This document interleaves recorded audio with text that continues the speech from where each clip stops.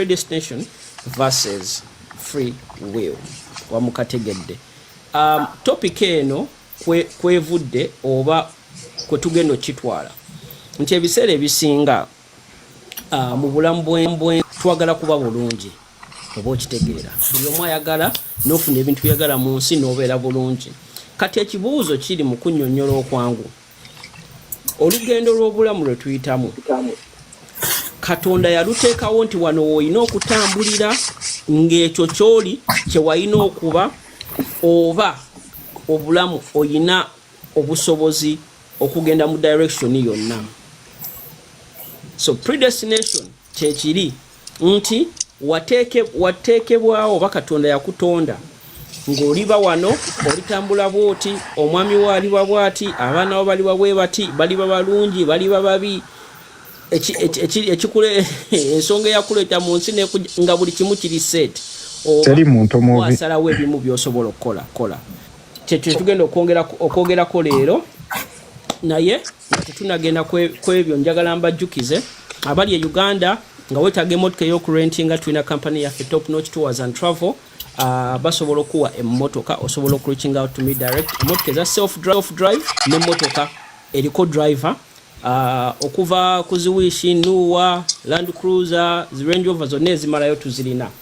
Abashipping ebintu okuva mu US nga bigenda Uganda kozesa Crane Cargo, www.cranecargo.com, 781-288-2048. Oba with discount code Paradise basobole okuwa discount. www.paradiseug.shop okusupportinga my brand. Tugenda tandika omulama gutegerekese. Tugutegedde. Esebo kakati. Okay. Nga bungi. The reason why I asked kyembulize ekyo kibadde bwe kiti kubanga kisinziira ani gw'obuuzizza ekibuuzo ekyo. Thank you. Tulimu abantu ba miramwa mingi. Mulimu kakati abakkiriza abasamize. Abatali basamize babakkiriza bo bajja kugamba yes, that's how it was set by the creator. Atali mukkiriza ajja kugamba nedda. Ate waliwo n'omulala ali awo in between.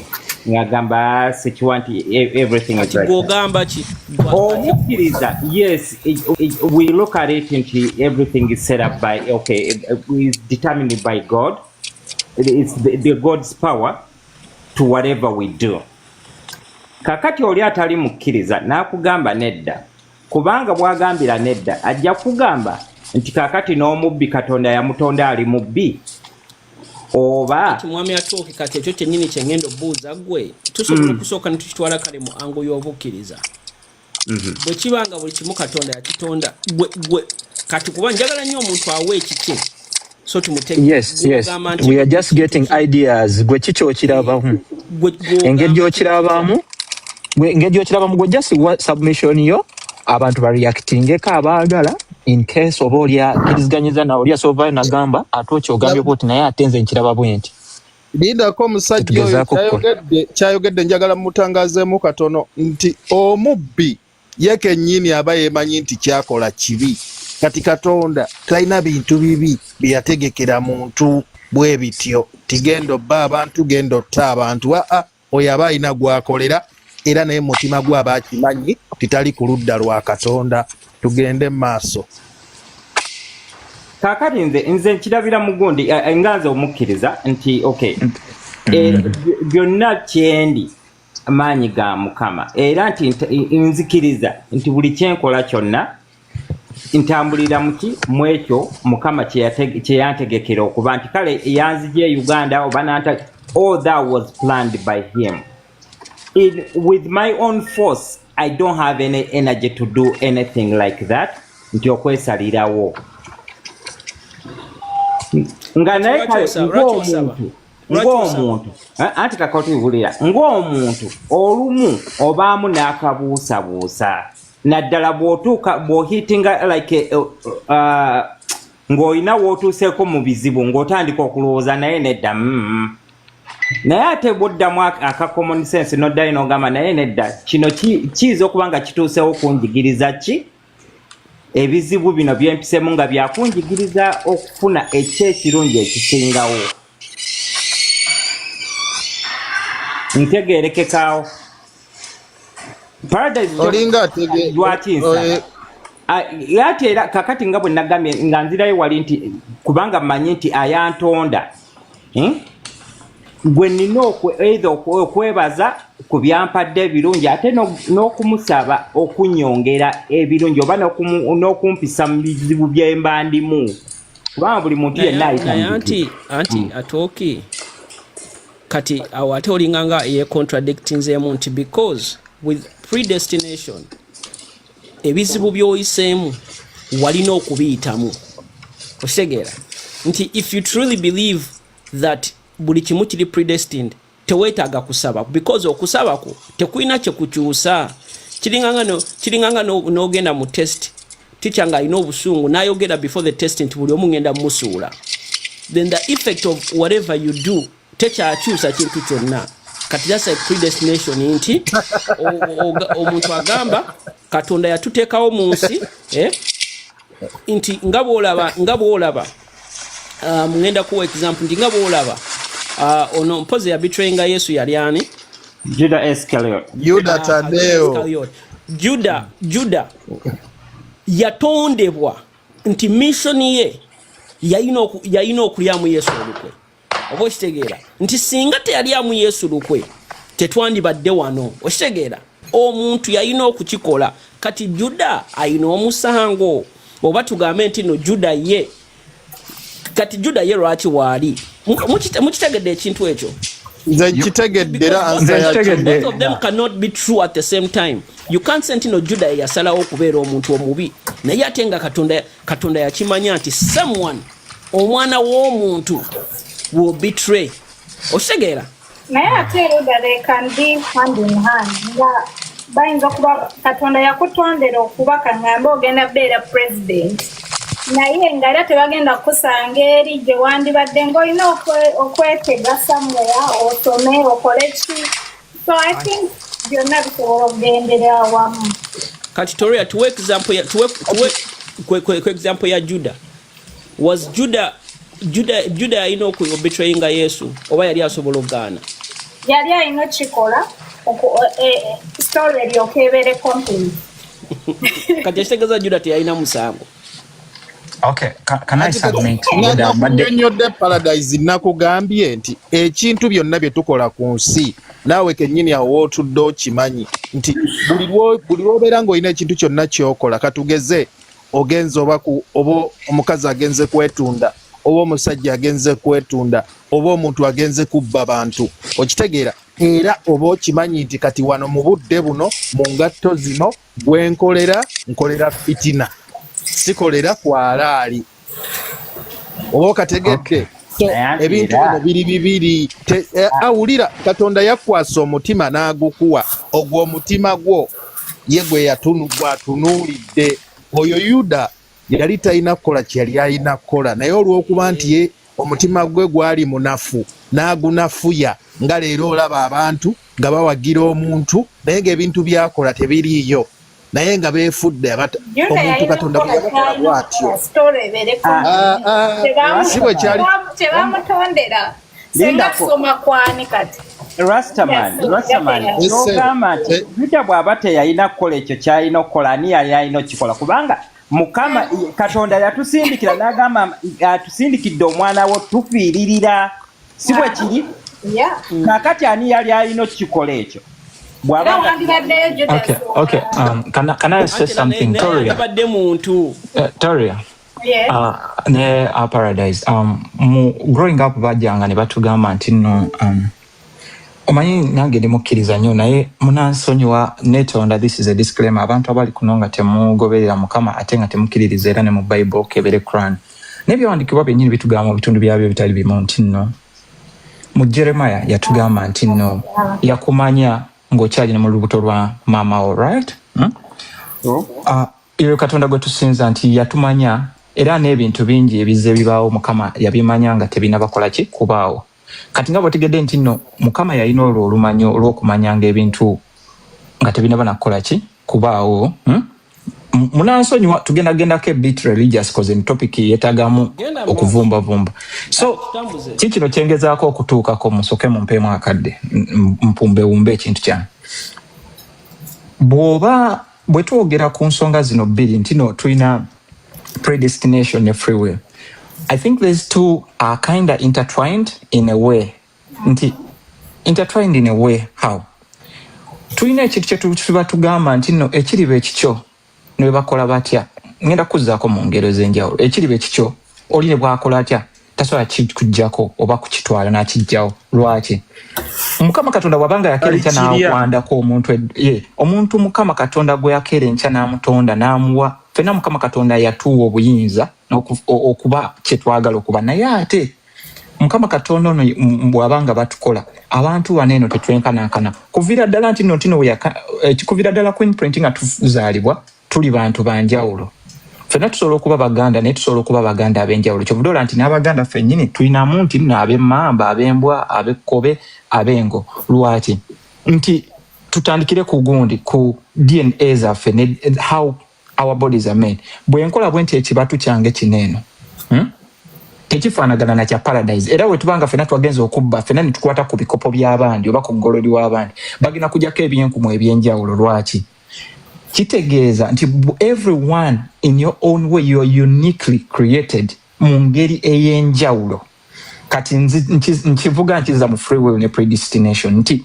Mukama Katonda ku nsi kuno buli muntu baamutonda ng'agenda kuba n'olugendo lwe oba ejjani paka okuva lwozaalibwa paka lwogenda okussa omukka ogusembayo ogenda yita mu nsi muno mu ngeri ez'enjawulo era ogenda kusanga okusoomoozebwa okuyinza okufaanana okwa rasta okuyinza okufaanana okwa paradise okuyinza okufaanana okwa toria kuba tuli bantu naye kugenda kuba kwa njawulo ebigenda okutuukako si bye ebigenda okuntuukako naye nga mu bintu bino ebitutuukako ebimu ku byo tulina kyamaanyi nnyo oba tubirinamu nnyo omukono ku lwaki bitutuuseeko owulira akantu ako ebintu ebimu ebitutuukako tebyanditutuuseeko naye olw'okuba tugamba mbuno according to my own free will nagambye kannebake n'omuntu nga seeprotectinze okitegere naye ate ng'oyinza okwesanga mu lugendo lwo ekintu ekyo waliwo tekyali tekijja kutuukako oba onfuna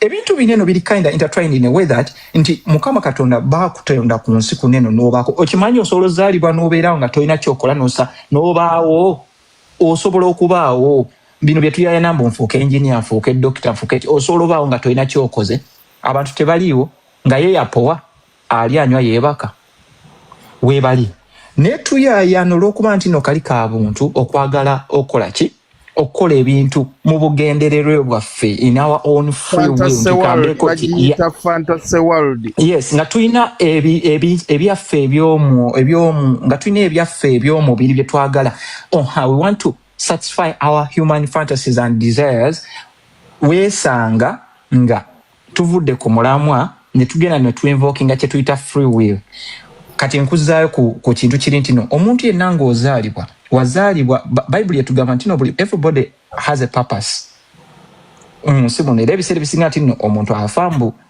otolaba nti no omwana omuntu yafudde ng'akyali muto mbu omuntu oyo aba yatuukiriza kye yalina okukola ku nsi kuno era ebiseera ebisinga abakyakagiddeko kuno mbu olumu tuba tetunatuukiriza kye tulina kukola nyinza okuba nga neesibye mu buyayi naye nga nyina bamusumba nga paka we naafuuka omusumba okigera naye ate nyinza obutabifuuka so these two are kind of intertwined in a way that weebale nnyo naye ate n'okifuuka kuba walina okubeera so at the end of the day tugenda ne tuzaalibwa ng'abantu pulezidenti w'eggetto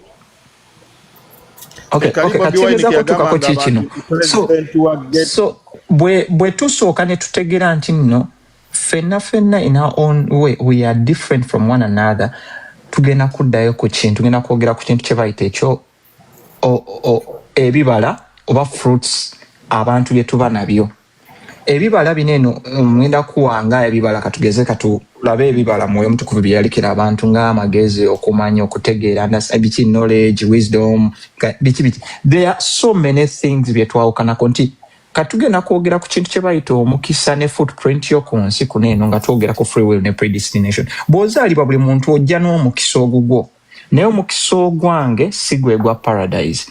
We have to walk. Sorry to intervene, Mr. Awesome. Kati kwa ino topic, oli ku both oba oli ku side? Ndi ku both, nkulaga how each and Mr. Awesome gogamba bitambulira wamu. Bitambulira wamu, naye ate ngenda kulaga how we are going to separate them ekireeta ki ekigendo byawula. Kati ebintu binene biraba biri intertwined, naye ngenda katika nkikwawulire wali kiki mwagambye nti kansooke ne free will. Yo free will nga yo chechi soke tukitegeere. Free will mu Uganda paradise kimenyere nzoke nzimbira ko muntegerayo mu Uganda kiba ki mu Uganda. Kwesalirawo destiny yo wacho twala maso. Free will is a manifestable activities of your thinking. Yendowooza yo era yentegeerayo era kye bintu byolaba byoyagala nze nyina wano gundi yange gye nyina ya luzungu wano free will naye mbali nyagala mukinyonyonyolere soko kituwemu kansooke nkibawe mu luzungu. Okay, nange kuba mbadde nkina wano mu luzungu kati nga njagala mukimenyere mu Luganda. Egamba free will, the ability of a person to make genuine choices that are not fully determined by prior causes, fate or external forces.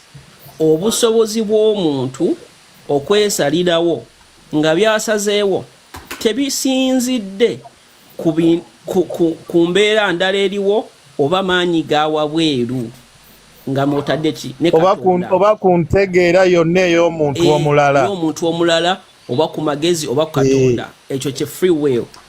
Kati tataddeeko Katonda awulira by prior causes, fate or external forces. Okitegedde. Kati ne tugenda ku destination. All events, especially human destination and salvation, are decided or known by God in advance and will inevitably occur according to his plan. Nti ebintu byonna kyoliba ne kyotoliba, gy'oligenda ne gyotaligenda, byasalibwawo dda. Oba okitegeera nti Katonda yasalawo ekigenda okubeerawo, ate nga tolina busobozi kuva ku eyo plan. Nga bw'olaba nti train baagikolera ekkubo eryo ne bwe libanga lyawala eyita ku track, tesobola ssalawo nti leero kampite ewampi oba ki ndi ku bwangu, eyina okutambulira mu eyo track. Kati zezo definitions zetutambulirako, tuli ku track oba tuli ku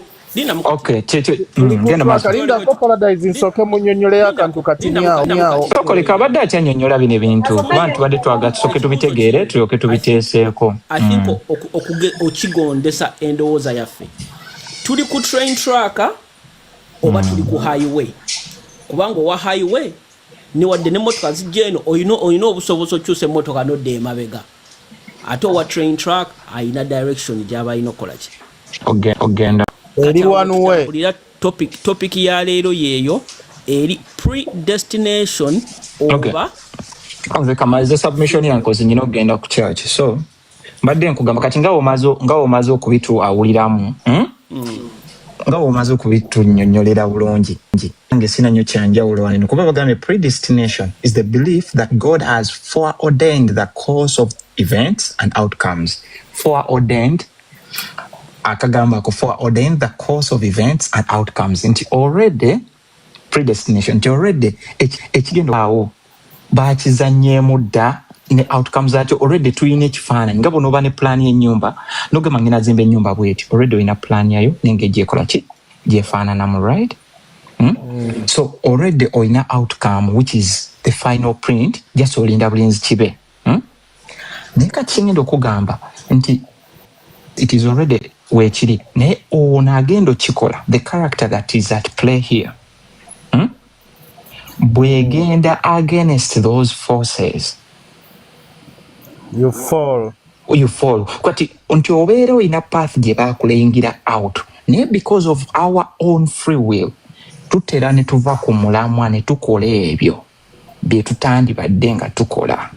Yuda gambye yes naye nga tekiba nti kiri nti nno inokola tekiriba nti nno yes kati already bakugambye nti kino ekya predestination, it is already a foreordained because the course of events and outcomes have already been played out and already we have to ngenge gigenda okukola ki already tumanyi outcome naye kati olwa free will yaffe kati free will ogamba bangamba nyina somera buddo naye nze kangende ekisubi eyo yo free will naye kakati free will nze ndowooza example yandibadde omusajja ne Bible egamba alina kuwasa mukyala naye kati naye omuntu bw'asalawo n'akola the other way round kyekyo kyennyini kyenjogerako kati kubanga already preordained course bagamba mukazi na musajja. Who gives you that free will? Kati wulira Paradise nze kankattaako bulungi wano mu bwangu nti tulina ebintu bye tulabako ku nsi kuno naye olw'okuba nti tulina bye tuvuvubanira bibikka amaaso gaffe. System gy'olabe n'abazungu gye bakozesa yonna system yava wa Katonda. For example nti lw'oyingira mu lubuto lwa maamawo Katonda aba yakola dda fayiro yo yonna. Kati ogenda okujja ku nsone yakoppa ebya Katonda n'akuwa kye bayita birth certificate era gye bajja bagoberera yasomerako egindi n'asomerako egindi n'akolerako egindi yatta omuntu ne bamusibako bakozesa fayiro eri kubanga sitaani yabbayo ka information ewa Katonda. Kati era kyova olaba nti awootudde ng'otulaba wano ezo zonna information ziva mu ezo security ze tuwogerako wano nti ensi eno osobola okubeera ne free will ne free destination nga bw'obyogera ebintu ebyo bifaanagana naye bizannyira ku bwongo bw'omuntu ebintu ebyo birina we bikwataganira. Nze kyembadde mbuuza wabula tewali watinzizeemu. Who gives you that free will? Tewali gwa yesalirawo anti kale bw'oba wali wagikuwa eba tekyafuuse free will. That is the thing. Singa wama Paradise kakwate kankalekere Paradise ya muliro omwana kyagambye nti bw'aba wali wagikuwa then it is not free will. Because even that because that means something is still controlling you. Mukama ya free will. Harold kankamenye mu bwenti atoki nojja then kugamba choose option A oba option B. Ostegera kitegeeza ninga kuwadde choice naye sikuwadde choice busingamba njagala kuwa choice nandi kugambye londa wocho nacho kolaki kola choyagala koza free will. So there is no wangambira ati londa ko choice A or choice B. You have given me free will to do what I want, to speak what I want. No, you see free will because you're still confined in the choices I've given you. Can't call it went out okay. Chilingana atoki nenzia nenkugamba onolya muchero wakawunga. Do you have free will there? Yeah. Kugambye singamba denjagala kuwa free will. Kugambye oyagala kulyachi. Nolya macaroni. Nandi kugambye oyagala kulyachi. Ye free will. Eyo ye free will. Naye ate kakati kyemugezaako gamba nti Katonda teyatuwa free will to do what we want. Anti kati ye conversation anti tugamba no Katonda bwakuwa free will kitegeeza ye tacha like you are responsible for what you're going to do. Kitegeeza tacha akuliko ya kivuddemu ndio okay Paradise leka munyonyere bwenti. See it is as simple as this. Katonda yagamba nti omuntu olina kwenda okitegeera naye gusookera kuba kyano olabe ekiwala n'oganze kankirye tajja kujja sange ng'ogenda gambe naye nakugambye. You see like you have now become free whether God is seeing yes ayinza oba takyagala but you're not a robot anymore. Naye yatadde example ezimu zikaluba eyo tugireko example ezimu tuzireko. No, but if it helps us Because you see, when we are bringing these examples, we need to give examples as really simple. Because zija tuangwira okufuna okwaraivinga. Very simple than ezokozesezza. Nabagambye ebintu bibiri. Ensi eno eriko ebintu bibiri. Okolera Katonda oba okolera Sitaani. Kati ekyo ne kiggwa. Era ne mu fayiro kakati fayiro ziri bbiri. Rasta ani yateekawo Sitaani. Naye ate tukkirize nti ye Sitaani teyakutonda. Sitaani yaliwo wulira nno kankusomesa ekintu kyobadde tomanyi. Bannange kambadde nsaba bwe tunaagenda. Anti eno ye free will we yatandikira wano. This is where the free will starts. Sigale nnyo ku predestination ne free will wano. Ojjukira lwaki nakubuuziza ekibuuzo kiri. Because eyo naye topic ndala ya Sitaani ne Katonda. Ate eyo free will omukomu guys omukomu. Kale kamba malireyo wano nti free will Katonda bw'amala okutonda omuntu. Sitaani yali abeera ne Katonda. Kati Sitaani n'asalawo free will ye okujeemera Katonda. Bw'amala omugaano bwe yagaana okugondera Katonda, Katonda n'amugoba mu kusaasira kwe. Ne free will ye ey'obutakkiririza mu Katonda. Okitegedde kati bwe baamala okukola omuntu omuddugavu nga bamuleeta ku nsi. Sitaani era kyekyavaako okunyiigira Katonda. Sitaani n'agamba otwala eno wulira omuddugavu. Ono gw'otwala eyo agenda kwononayo talina makulu. Kati Katonda n'amugamba Sitaani muvunnamire oyo gwe ntwala eri mu bwakabaka bw'ensi. Sitaani Rasta sooka onyonyola ekintu ky'omuddugavu ekyo ng'omuntu omuddugavu baamala omukola. Omuntu omuddugavu baamala omukola nga bamuleeta ku nsi. Kati baali bakola dda omuzungu. Baali bamukola dda yabeeranga Rasta namwe mutuleeta Rasta tebanayo temutufumba. Yali abeera mubyonoonye kati. Anti nkunnyonnyola ate gw'ogamba mbyonoonye. Tusigale ku mulamwa guno tugezeko sigala ku mulamwa. Mbadde nkuzimbira ekintu gye kyatandikira ekya free will. Ekintu ekyo tukireke ekyo ky'ozimbye. Naye anti kakati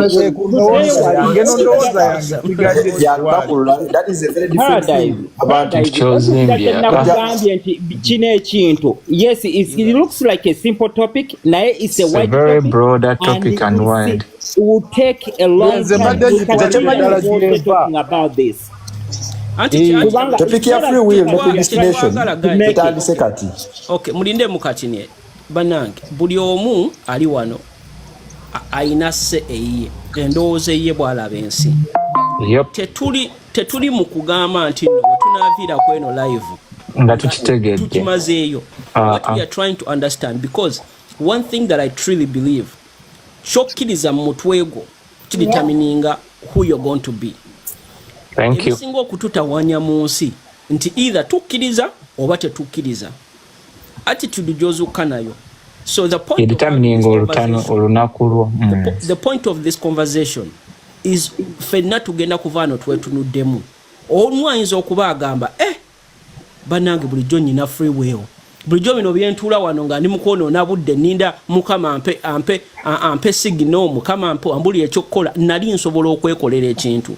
Omulala ayinza okugamba omanyi ebintu ebimu kambireke buli kimu kitambula nga bwe kyali kirina okutambula. So that's the point. Mbadde nsaba tuwa submission buli omu aleko omuntu amaleyo submission ye ayogera kozesa eddakiika ng'emu oba bbiri omaleyo ekintu n'abalala basobole okukola. One story ya Bible. Just a simple story. Genda maaso. Katonda we agamba nti it is not good for man to be alone. Teyatonderawo omukazi. Bw'osoma after 18 yatonda enkoko, embaata, all these kinds of things. N'abireetera omusajja. Omusajja n'abiraba n'agamba muno nze sirina kye njagalamu. Kyo tubadde tugamba nti singa Katonda omuntu bw'agamba nti A or B aba akugambye nti olina okulonda mu kino kye nkoze eki. Free will kitegeeza nti Adamu yabitunulira byonna n'agamba bino Katonda nze saagala. I want something different. Kati Katonda ne yeebasa omusajja n'akolonga yajja amugamba nti kati wasaagala kumbulya era we yamuleetera omukazi n'amulaba. Kati Adamu bwe yalaba omukazi n'agamba now this is bone of my bones. kitegeeza singa Adam yatuuka era n'agamba era sisiimye kino kyompadde yandigeze n'ayiyayo ekira n'akireeta. Now that is free will. Like it's not imposing. I'm imposing akembwa n'agamba olina oyo gwasa embwa eno embwa nnungi ze Katonda nze nagikoze saagala kumbulira ebyo. So free will is that whether oba ekintu kirabika nga like even if it is the right thing, you have an option to say no, I don't want it. Watch together. Then for me, I think where it becomes tricky, where one predestination versus free will, that kati tugeze wala nga wanotero ganti omuzungu yakola system, that this system, these guys know there's no way you beat the system. Even when you work so hard, no gagawala, in the end you will have a choice to eat and sleep while you want, but still there will be some limitations through a system. Nti fena in the end, when it comes to predestination, okay, in the end you have to end at a certain place. Like there's a certain place where you should end up from. Now again, I think that's why we're having all the discussion, because from this discussion I started from way back. Ntikakati system, in the end I'm going to end up at a certain place. Do I have free will? In the end I'm going to die, for example. In the end take a walk far. So do I have free will? Because there's a certain predestination that I will die. But then are that people have been predestined to be poor? Do you have is it predestination or free will? So I think for me, I want to hear something from there.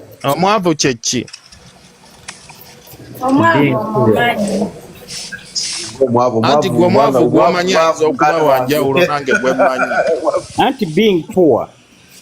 What is being poor? If we simplify it like that. How? There is no anyone poor in this world. It's all a confusion. Because listen to me carefully. Nti Katonda kyesooka okukola kusechualinga mwobate mujirime naye yensigo yazibawa. Kati kirije muli okuteekamu ettaka n'olya n'obaawo. Naye olw'okuba obwongo bwammwe bwagala ovuga ebbenzi, oyagala bino, oyagala biri, era kyova olaba ku nkomerero kyotwala mu ttaka. Wulira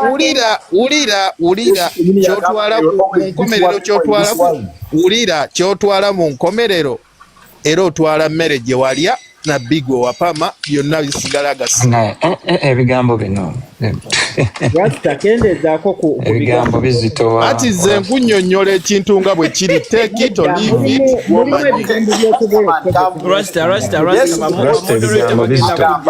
Rasta ebigambo bizitowa. Naye nga mbabuulidde amazima nti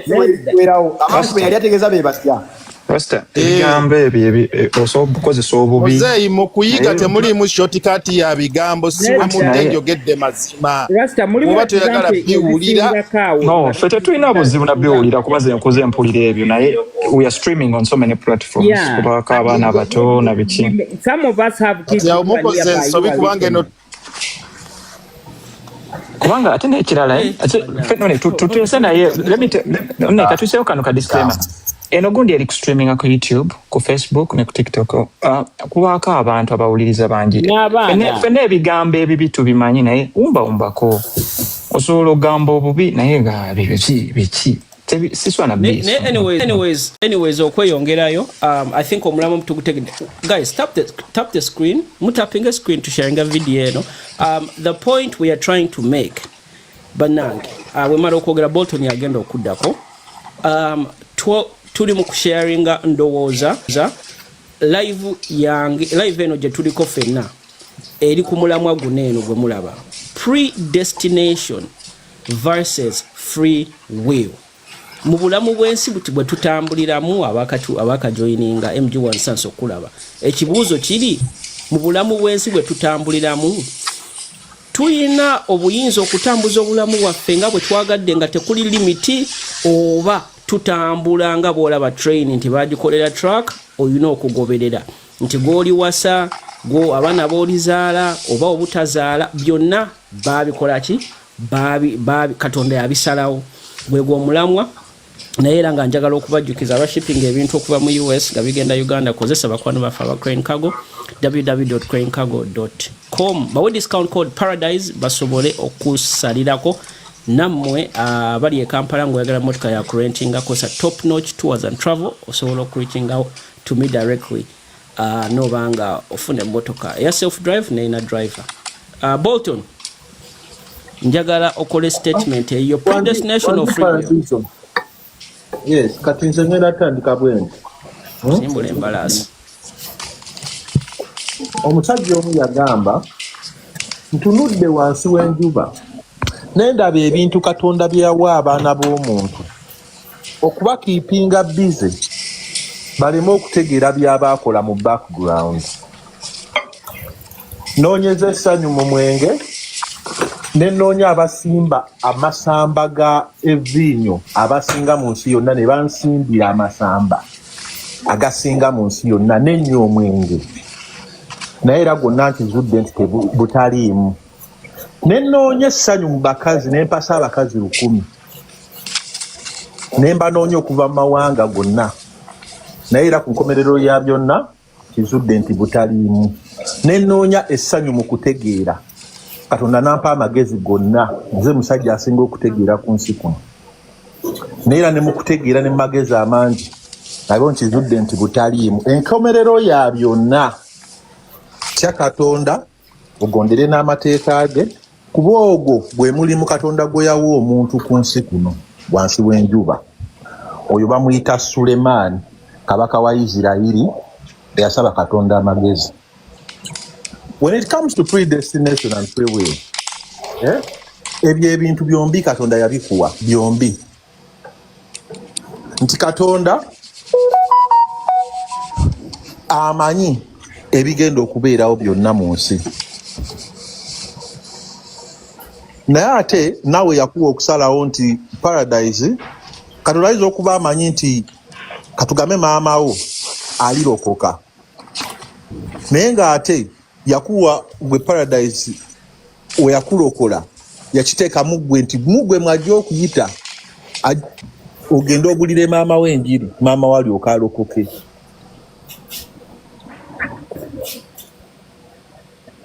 So bino ebintu free will and predestination bintu biri very confusing. Ebintu bino esaga nnyo nabigendamu nnyo kubanga nze ndowooza byombi byexistinga. So that's kankubuuza ekibuuzo So ogambye Katonda ayinza okuba yagamba nti maama wange alifuna obulokozi naye nga maama wange ofuna obulokozi nze ayina okumubulira enjiri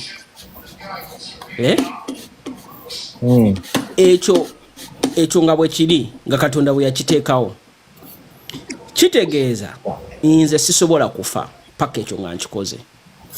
Si kyekyo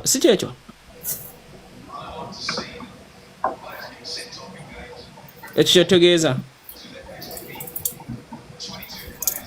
kwali boto wanji sokwendeko ekyo kyotegeeza kentegeeza ya kyekyo something like that. Kati that means however reckless I am with my life kiringanga kati Katonda nangamba nti paradise tolifa paka ngowezeze emyaka 50.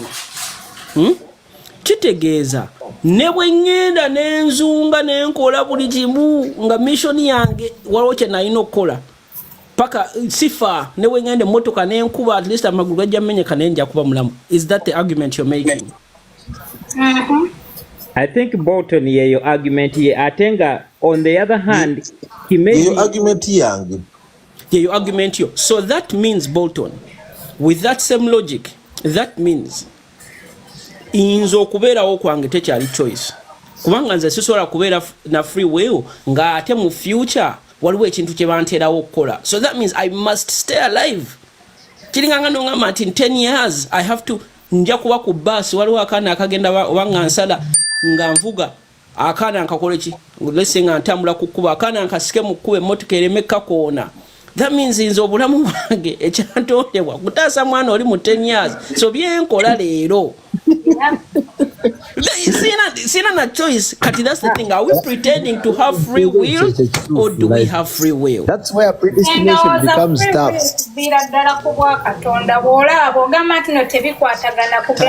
Hand in hand. Free will. Okay. Oba odzizo nazo nezikwatagana n'obwakatonda bw'oba osazeewo okukizira naye bw'ogamba nti nno bikwatagana byonna weesanga nga bw'ogamba nti nno kino kyenina okukola kaŋŋambe bantonda nga bw'ogambye nti nno okutaasa omwana oli ne bwe nkola ki oba mbuusa eri n'engwa mu nnyanja bajja kunziggyayo ya naye bw'ogamba nti nno ovudde ku bwakatonda nga bwe nabagambye nti bakutonda ogenda kufuna mukyalawo n'omwami wo naye gwe bw'ogamba nti nedda nze sijja kugenda nga bwe bakiwandiika nze nina kukola kintu kirala so awo ndowoozayo yeba free will entuufu gwe kukola gwe kutugabo bwe kigamba naye nga tebalina bwe bakiwandiika kati ngenda bawo example waneeno nga MG1 yagenda okuddako so olinga agamba Bolton oba yenna agamba depending on what sides gy'oli nenkwate emmotoka yange olunaku lwaleero nengivuga nengenda nengisuula nga mwendi nengikuba mu mugga nga mwendi okubeerawo kwange oba okufa kwange kusalibwawo kyenkoze oba kyenyina kukola mu future bannange njagala tutegeere we tuli awo we tuli genda maaso MG1 Paradise mbalamusizaako n'abali ku pano naffe tukulamusizaako mukadde wa kakati ensonga eyo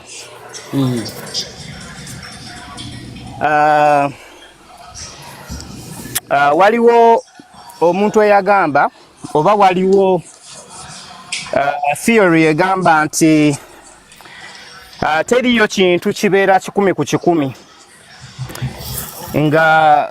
nga either kituufu oba nga si kituufu nti ekintu ekitali kituufu engeri gy'okinnyonnyolamu kisobola obutaba kituufu 100 ku 100 ate oli n'akinnyonnyola mu butuufu bwe bwalowooza ate era naye n'abeera 100 ku 100 kati nze nzikiriza bwetyo kati ku nsonga eno gye tuliko era nayo nze njikkirizaamu emirundi ebiri nja sooka nenzikiriza era eyatuuka mu bwongo bwange okusinziira mu bintu bye nawulira yo ng'enzikiriza eyo egamba nti abantu kyetuli like tetusobola kukyusa magenda gaffe nti buli ekitubeerako kibeera kyali kirina otubeerako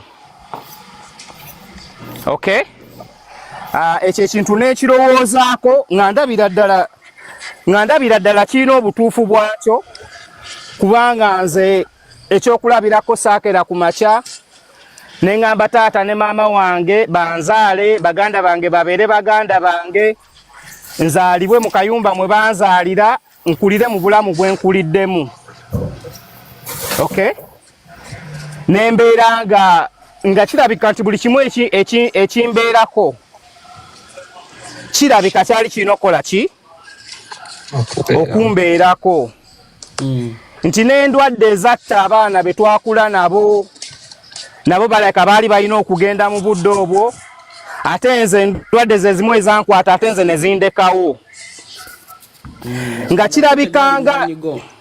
kirabikanga nti waliwo amaanyi amalala agasukuluma ku kutegeera kwange agaleetera obulamu bwange okubeera nga bwe bukola ki nga bwe buli nze bwe nkuze era nengatagatta kubanga ng'omuntu oba n'endowoozayo oba n'okufumiitiriza n'ogamba naye ekintu kino lwaki kiringa bwe kiri nze nalowooza ne ŋŋamba wayinza okubeerawo amaanyi amalala ate amaanyi ago nze ndowooza gayinza okuba nga ga Katonda neera nti iffe ku nsi kuno kwe tuli okusinziira ne sayansi gwe tuwulidde batugambye ensi neetooloovu ensi ya fulaati naye ng'erina weeri ate ng'omuntu bw'obeera mu bwengula ensi eno ebeera ntono nnyo kakendera ne kabeera kumpi ng'akaweke gy'okoma okwambuka gye kakoma okola ki okutoniwa. Ate Bayibuli neyongera n'ekigaziya n'egamba nti ensi eno eri mu mukono gwani? Mu mukono gwa Katonda. Eno ndi ku ndowooza yange kati. Ensi eno eri mu mukono gwa Katonda mu kibatu kye. Nange ne neetunuulira ne ngamba oke kati tugeze Katonda tugeze bwe mbeera nga Katonda ali mu shepu ya muntu ekyokulabirako nga Katonda alina ekibatu neetekawo ekibatu kyange ne ngamba kati tulabika tulinga akantu akatono akali mu kibatu kya Katonda.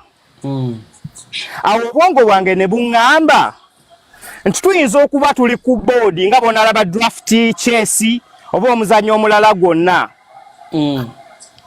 nga ffe tuli muzannyo gw'ekitonde ekyo ekirina amaanyi aga waggulu nga yeffe muzannyo nga yeffe geemu nti mu bugezi bwa Katonda bw'ayina ne bye tulaba ku nsi kuno ebitwewuunyisa nga ye geemu ye okitegeera. Volcano n'agamba kati luno olusozi lubwatuke ne luvaamu ebyo ebintu ebivaamu naga kati bano abantu bawano kati kansoke mbazikirize ate bano kambawe essanyu lingi bano kababoneebone kwegamba nga nze n'ekiteeka ku boodi nga ndaba tulinga abali ku boodi. So mu kufunzafunza endowooza eyo kuba nabagambye nina bbiri ate awo mba nkiraba nga ffe tetulina kusalawo kwaffe nga buli ekitubeerako kibeera kyalina okukola ki otubeerako. Yes. Ate kakati awo neezirayo ku ndowooza eno endala nga ye ate nsinzira ku Bayibuli ku kikumi neera ng'ate yo Bayibuli bw'ogitunuulira mu bubumbe bw'omuntu oba mu kutonda kw'omuntu n'ebitonde ebirala nga bye bayita bamalayika okusinziira ku Bayibuli engeri gyeyogeramu nti Bayibuli ebitonde bye yatonda omuntu ne bamalayika kubanga omuntu okusinziira ku Bayibuli yenkanankana kumpi ne malayika ate n'omuntu asinga ne malayika mu ranking okusinziira ku Bayibuli nti ebitonde bino kirabika nti Katonda yabiwa okusalawo byo nga byo ekyokulabirako. Waliwo ekitonde kye bayita Lucifer leero kye tuyita Sitaani ekyaliko mu ggulu olunaku olumu nga kirina amaanyi mangi n'ebitiibwa bingi. Ekitonde ekyo nti kyakeera ku mate ne kigamba naye nange nsobola okubeera ng'oli eyankola nsobola okutuula ku lusozi lwe kwakola ki kwatuula. Era ekitonde ekyo ne kikola ne kampeyini ne kisikiriza ebitonde ebirala bamalayika abalala ne bamalayika abalala ne bakola okusalawo ne bagamba ono malayika yandibanga mutuufu ensonga ze zakola ki zaatuwa. Era okusinziira ku Bayibuli tulaba nga olutalo lukola ki lubandukawo ng'ekitonde ekyo kye bali bayita Lucifer back then kisindikibwa ku nsi ne kifuukamu ki ne kifuukamu Sitaani gwe tumanyi leero. Awo tulabawo okusalawo. Okay? Ate era kati bwe tujja ku muntu gwe bayita Adamu ne Kaawa agambibwa nti ffenna abantu mwe tuva tulaba nga Katonda amuteeka mu lusuku n'amuwa n'ebiragiro n'amugamba ettooke lya balugulya katunkuma lya naye guno omuti ne guno tokola ki tolya. Tulaba nga ekiseera kituuka omuntu ng'akola okusalawo nga ye ng'ekituufu akimanyi ne kye bamugamba ng'akimanyi naye n'agoberera eddoboozi lya Sitaani eryamugamba nti Katonda yali akola ki yali abalimba be yabagamba teyababuulira bituufu. Kino kye mbagamba kye kituufu omuntu n'akola okukola ki okusalawo okusinziira ku nsonga ezo ze mbawadde ng'asinziira ku Bayibuli. Ate yo Bayibuli etulaga nti gwe omuntu osobola okusalawo amagenda go n'engeri gy'oyagala otambuzaamu obulamu bwo nga ggwe ate ne Katonda n'akuleka mu kutambula kwokwo nga bw'oba okoze eki nga bw'oba osazeewo. Kaakati mukama wange okusinziira kwezo endowooza bbiri nze zombi nzitambuliramu okusinziira ku mbeera gye mbeera ndimu ne ŋŋamba kati wano kirabika ndi mutambulira ku Bayibuli oba kati wano kirabika si maanyi gange kati wano walabika waliwo epeesa lyange waliwo aliseetudde oba kati wano nze neeseetudde. Theories ezo bbiri nze mwentambulira mukama wange. Tukitegedde. Thank you so much for your submission. Waliwo ayagala okwongerako ku ekyo nga tetunnawa ani atannayogera Sere Stevo. Genda maaso Sebo. Yes. Yes. Manamuseko mwenda all the panelists. Muli mutya. So free will and predestination, it's a very wide topic. Naye mmanyi nti Katonda yatuwa what they call free will. Actually, yatuwa both. Tulina both. Free will, yeah. In fact, free will ye twawula ku oba ku bitonde n'ebirala. Nti we can decide between the good and the bad. For the predestination, nakyo gye kiri whereby abamu ku ffe waliyo oba kankireete ntya. Example oba kandireete ku Austin mwennyini paradise. Nti kunaku ne gundi ne wolikolota oba ne wolikolota you have to beat this. Nga tosobola tikyusa. Oba kunaku ne gundi you have to save this person and this person. Oba tosobola that's how it will be. Simanyi wali engeri Katonda gyaki there's how he can do it. Naye nga predestination, we cannot fight it, we cannot stop it, it is who we are. In fact, it's more like final destination, like ey'omuntu. Okay, so olimu kati go tugamba nti predestination weeri nene free will weeri. Yeah, both. Kati twawulirawa.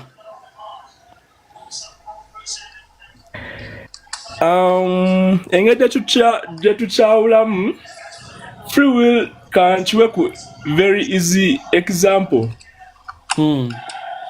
Katugambe oba kambe ku example eya a slave and someone who is not a slave.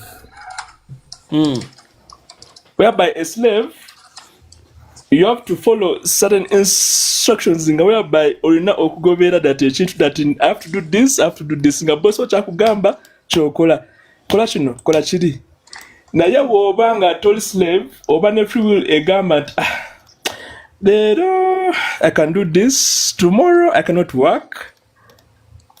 I think that's it, is the example. Nga wena akireta.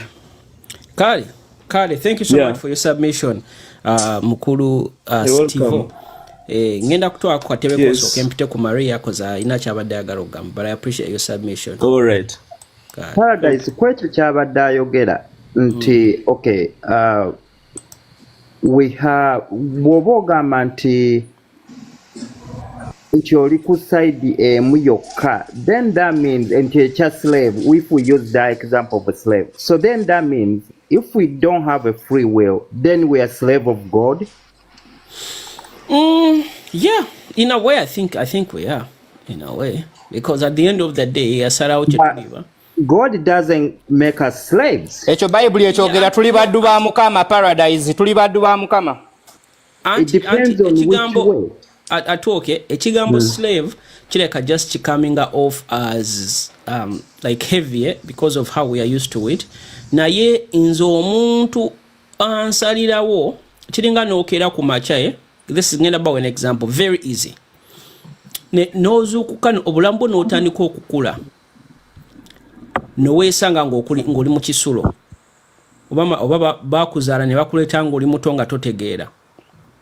Ekisulo ekyo ky'olimu, the boarding school.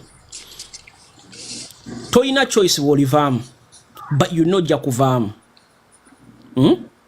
Eyakuleeta takugamba. Okitegeera. Diri ogenda kuvaamu. Lwaki yakuleeta. Naye yakuleeta n'akuteekamu. So everything you do while in that school oli mu kukola under ekigambo mu Luganda ga ozinira ku ntoli z'oli. Oli under because the choice to be there was never yours in the first place.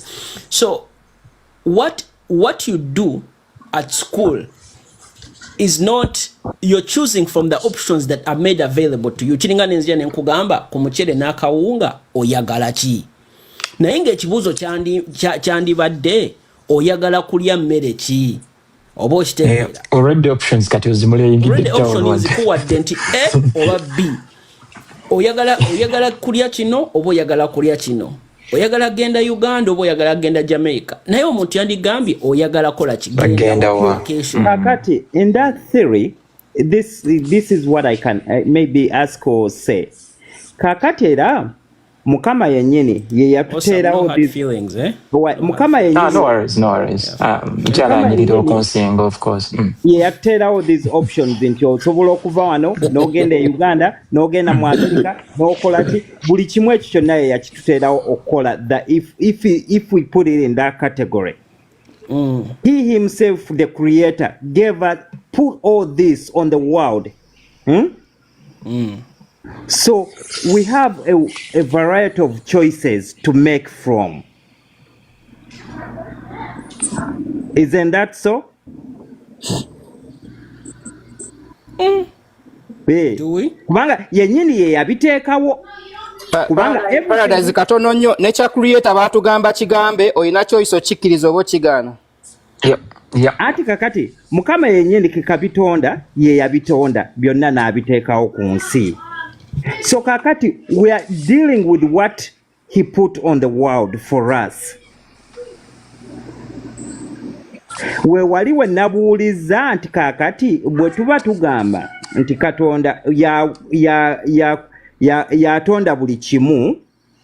So kakati era nga nawe paradise wabuuziza then that means nti Judah Iscariot yali mukyamu oba yali mukyamu oba yali mutuufu okukola kye yakola. So that means nti waba yatuteerawo bino byonna then he gave us the will to do what we want, but I mean to pick from. Although yes, we may have a choice of saying kino si kituukirivu mu maaso ga Mukama, naye ate nga ye yabituteerawo. Si bwe kiri? Ku ekyo kyayogedde kitali kituukirivu. Okubuuza kati kale Mr. Twok, in the same line of thinking. Omuntu ali perfectly healthy today. Taina mutawana. Right.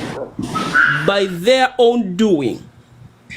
Nagenda kuzu. Nabuuka nagwa mu lion.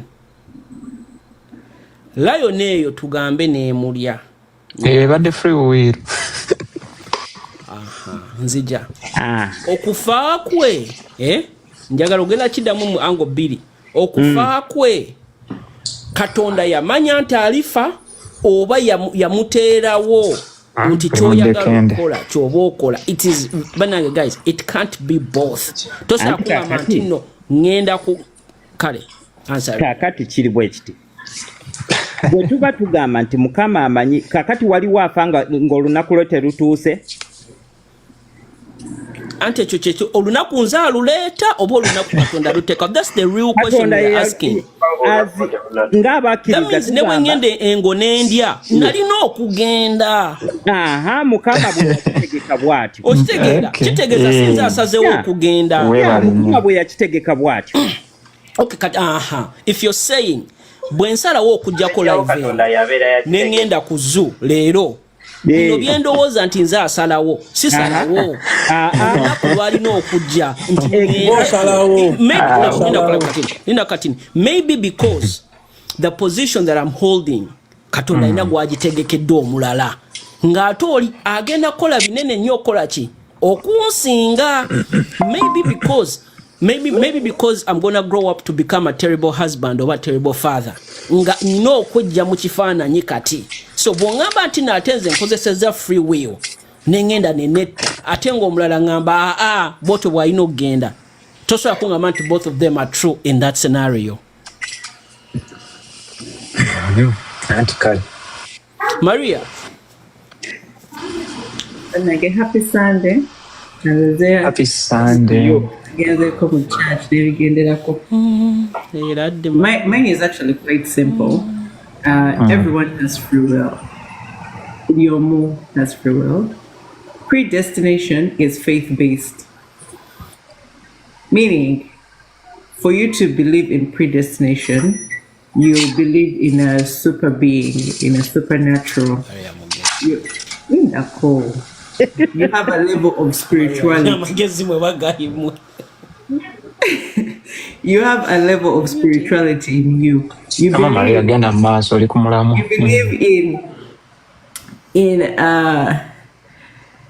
in God, in Allah.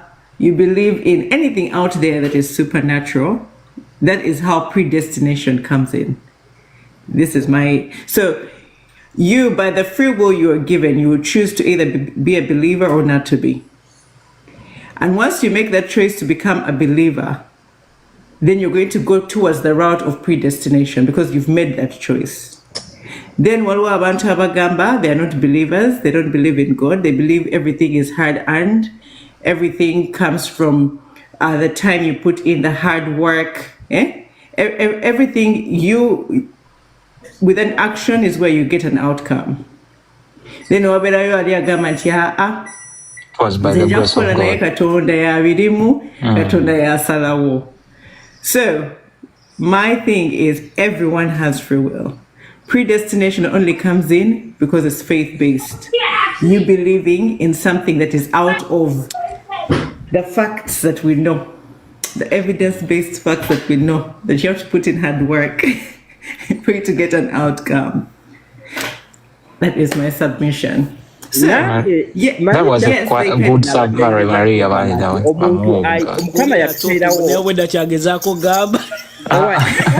No, Maria. Maria, osengese bulungi wamma. Choice of free will. No, Maria, can I ask you something? Maria, let's say ango. Maria, oyinenge otulaze ekintu. Yeah, I think Paradise okolabe. Maria kyanyonyodde kino kubanga to capitalize ku submission ye. Maria, ekitegeeza bokere ncha wamana osanga omuntu eyita atheist, right? Omumanye. Ajja kugamba ta believing ya mu bintu bya predestination, right? Why you already takkiriza mu Katonda? Botunulira on a wider scope ntino. Predestination emu definition yenyini ya Google yonna gyogeno tekambage nagamba these are things that God has already forecasted, like laid out a whole route for you. Okitege kati omuntu atalina God mu dictionary ye gundi atajja gamba nze ebyo byamwe abakkiriza muki mu Katonda ze manyi olina ovulubana n'ensi n'otoba nayo okujjamu ekintu, right? So right, I tell Mr. Awesome, it's not just God. I don't want people to get me. Another like I know belief. Yeah. Anything. There are people who tell you what's the stars aligned. Yes, supernatural being out there is what's going to make you believe. Because who's doing the predestination for you? That means you believe someone else is doing it. No, Mr. Awesome. Definition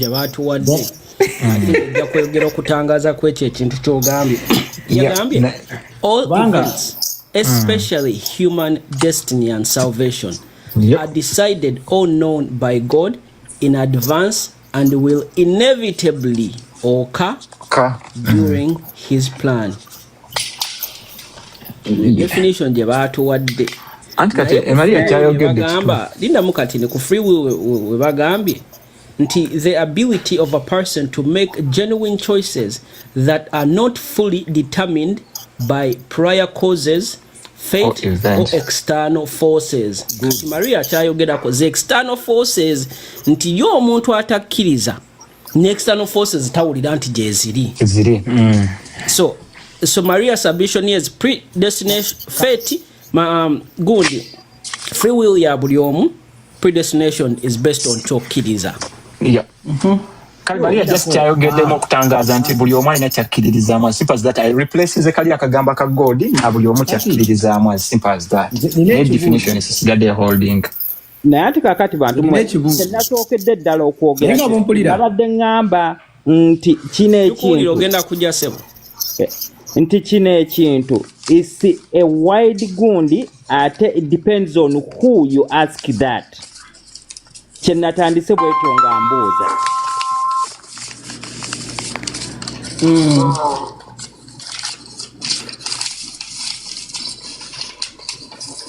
Naye Maria mbadde wano eno nga ndyako ku material abantu gwe bakasukawasuka wano ku internet waliwo agambye wano eno buno their arguments against free will. Kubanga nga obumanyi wano eno abantu abali philosophical they want to prove things. Okitegeera so bagenda ebuziba then they went and studied the human brain neuroscience. So neuroscience has it that because of course okola ka research waliwo abantu abagamba naye like a free will teriyo because someone wrote here and said some people are against free will, especially the neuroscientists bagamba kyebandiise free will it is just your brain doing its work like pre-calculating and determining things for you before you actually do them. Kati ye omuyivu ate ye ajja kugamba nti eyo teba free will nti already your brain has already done the work for you because at the end of the day let's give a simple example, choice of clothes olina gyoyagala okgenda already mu bwongo obwo oyinza okugamba ngenda kwambala akasaati kange aka green mu bwongo obwo nga tonawo nakikola okitege kadeni nogenda noyambala akasaati kaka green. It's like already Kati, that argument is based on that the decision that you make with your free will, the decision that you make is biased by what you've introduced and exposed yourself to. We're that you're still going to make a decision. What's going to lead you to that decision is based off the biases that you have. Biases based off your background, your environment, the culture you're in, the people you interact with. Your brain has been wired based off that exposure, which took up kusalawo. You make a different choice from me based off that. So yes, there's a bias in free will, but this if you decide to go in to take the scientific route. Olinga gamba nti decision jetukola is based on the option eliwo.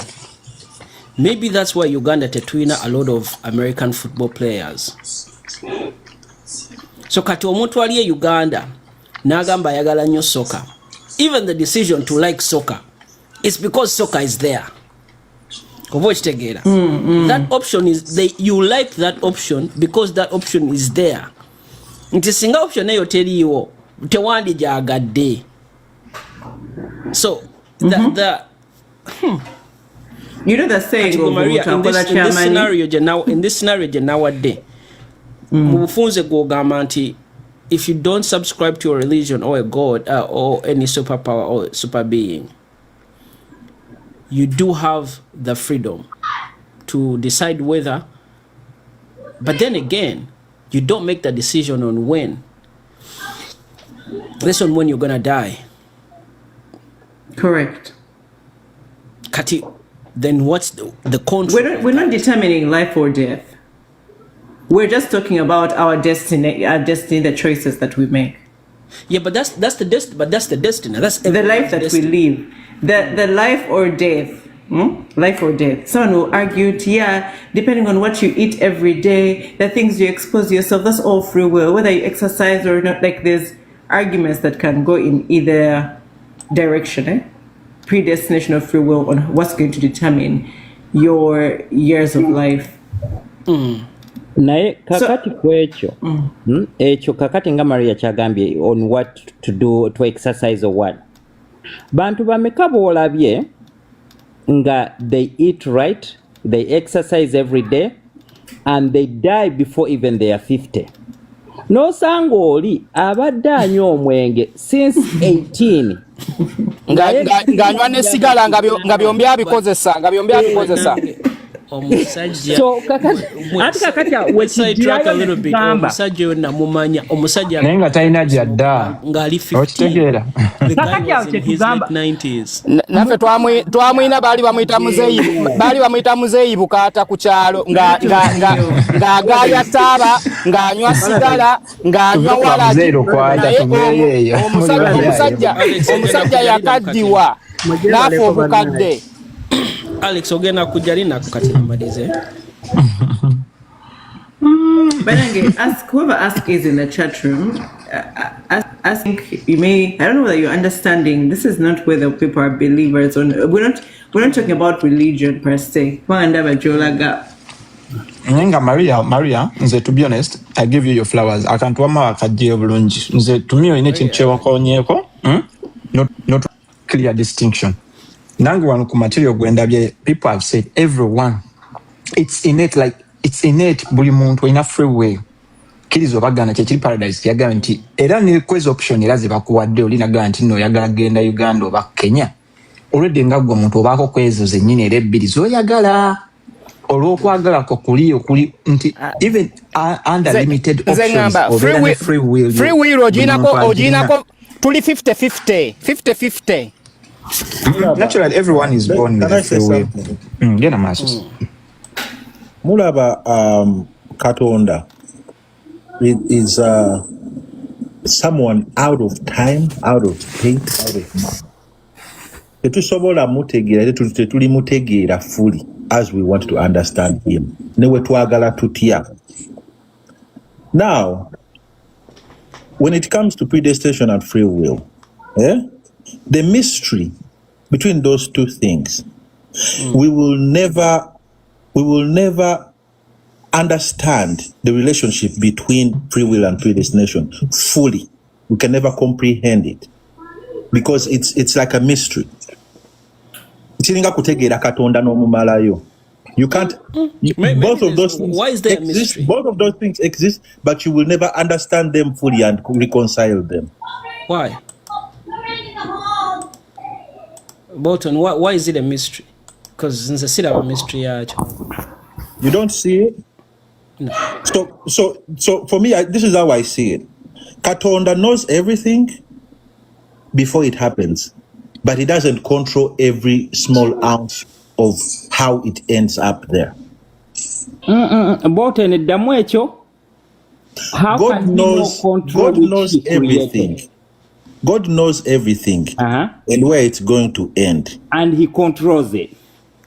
God knows everything and where it's going to end. But he's not going to control every ounce of decision you make.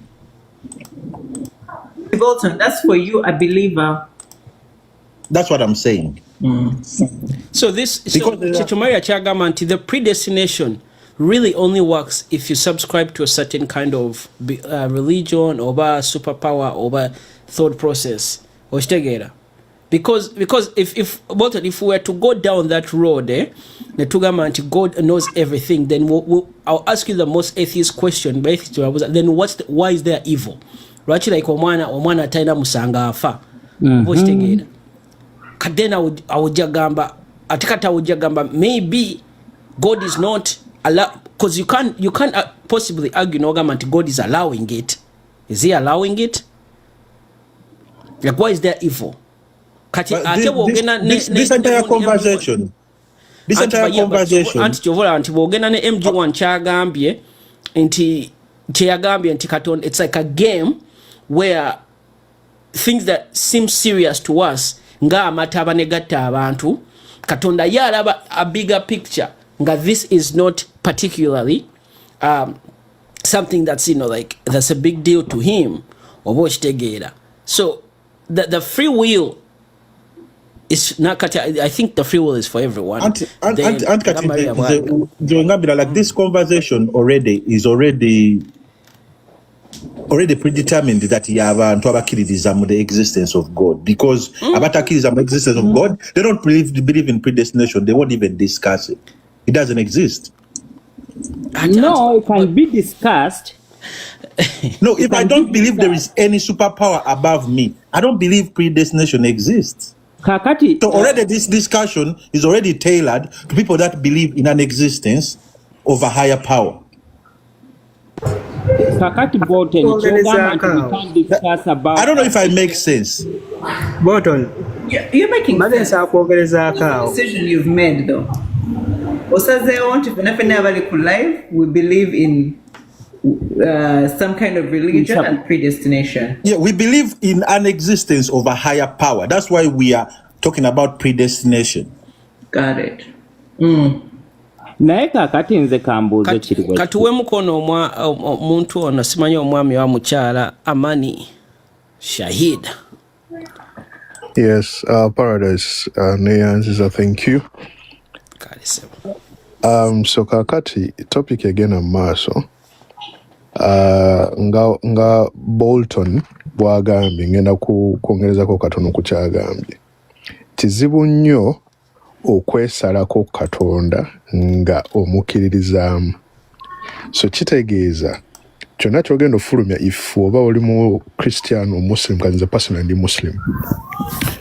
So anything that I'm going to say or kyengenda okuba nga nkola mu bulamu era ojja kulaba nga neekoonako ku busiraamu kubanga olwedde kikulimu okuleka nga wonaga kati ng'abantu abawangalira mu nsi z'abazungu sasanga omuzungu nga ye tewali kintu kyonna kya Katonda ky'omugamba nga ye omanyi obulamu bwe butambulira ku bwongo bwe kati oyo omuntu yasobola okutuula wano era tasobola na kudiscussinga topic eno.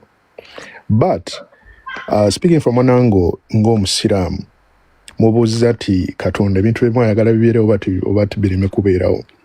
As a Muslim, we were given free will either okusinza Allah or obutamusinza.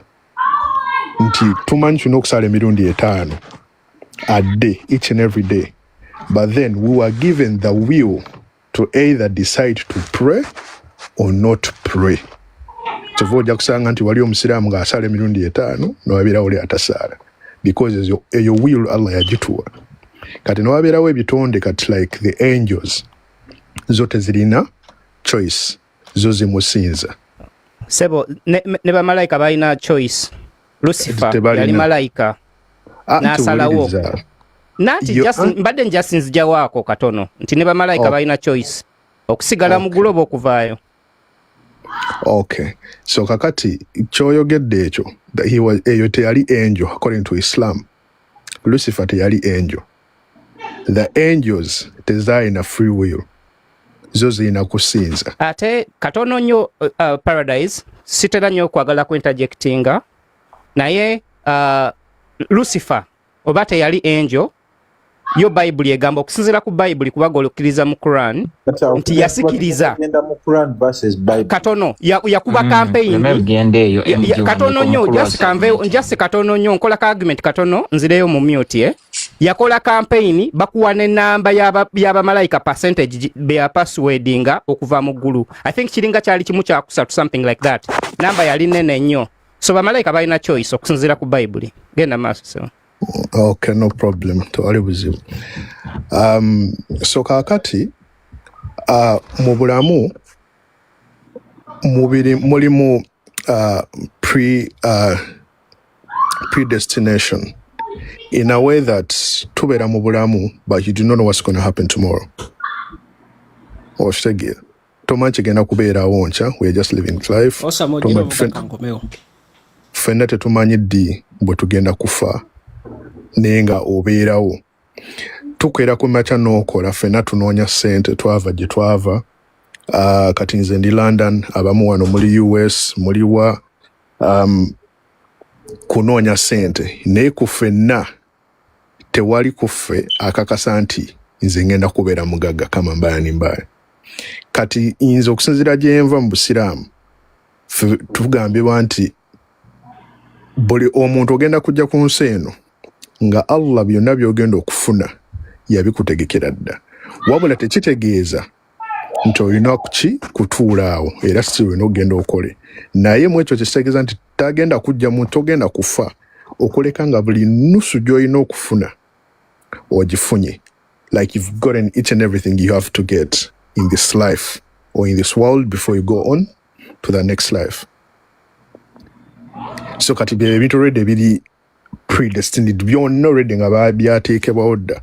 So engeri gy'olivingamu obulamu bwo ng'oli wano eyo yakuwa free will yo okubulivinga nga gwe woosiimye, oba osamira oba osaala oba gwe okola otya, eyo will yagikuwa ng'omuntu as a human being tugirina. Sebo nyina ekibuuzo sokota maybe utangazamu katini ogambye nti buli sente gye walina okufuna olina okugifuna naye ate olina okukola kati ate bwe nsalawo obutakola togenda gye kakati kubanga ekyo ky'obuuza paradise gena amani sokoddemu akabuuzo ako for sure. Obanga Allah ya predestininga dde obulamu bwo soko tunnyonnyolemu ku ekyo nti ngamba sijja kukola sijja kukola sijja. Okay, ekyo kibuuzo kirungi paradise oba n'abateesa abalala ekyo kankireta. Let me give an example. Oyina emmotoka okedde ku makya, you've bought your car, oyagala kuva wooli location mwoli ogende ku location eddako. Abantu bafuna accidents ku nguudo na biki, naawe oyagala kutuuka gy'olaga. But to be able to get where you're going, you have to get into your car, start the car, drive. Togenda kuva Kampala ogende Kawempe nga tosimbudde motoka eyo. Oshtegera, you have to drive that car to be able to go where you're going or to get where you want to go to. So kakati mu statement eri gyenkoze